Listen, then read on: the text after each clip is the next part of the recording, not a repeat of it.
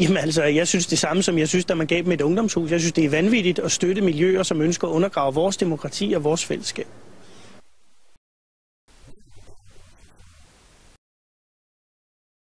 Det er jo sådan, at den tidligere justitsminister sagde, at der var indført nul-tolerance i forhold til de her ting i København.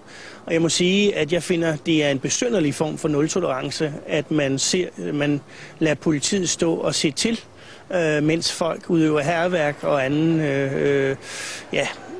antidemokratisk virksomhed.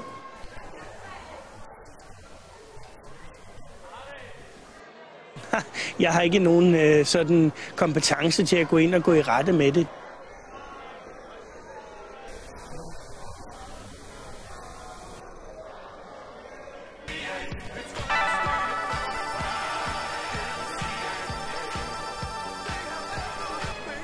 Ja, altså hvordan fanden skal jeg nå nogensinde at tjene penge og spare op og blive rig en dag, hvis jeg hele tiden bliver plukket ihjel med forpulede røvhuller, mand. Ej, sorry, men jeg havde bare brug for at komme ud med min bitch flip. Du knokler, men du får taget det hele fra.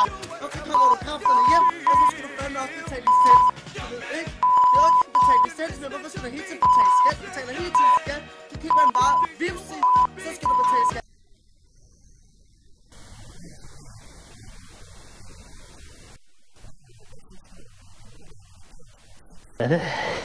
Det her, det er jo den ægte vare.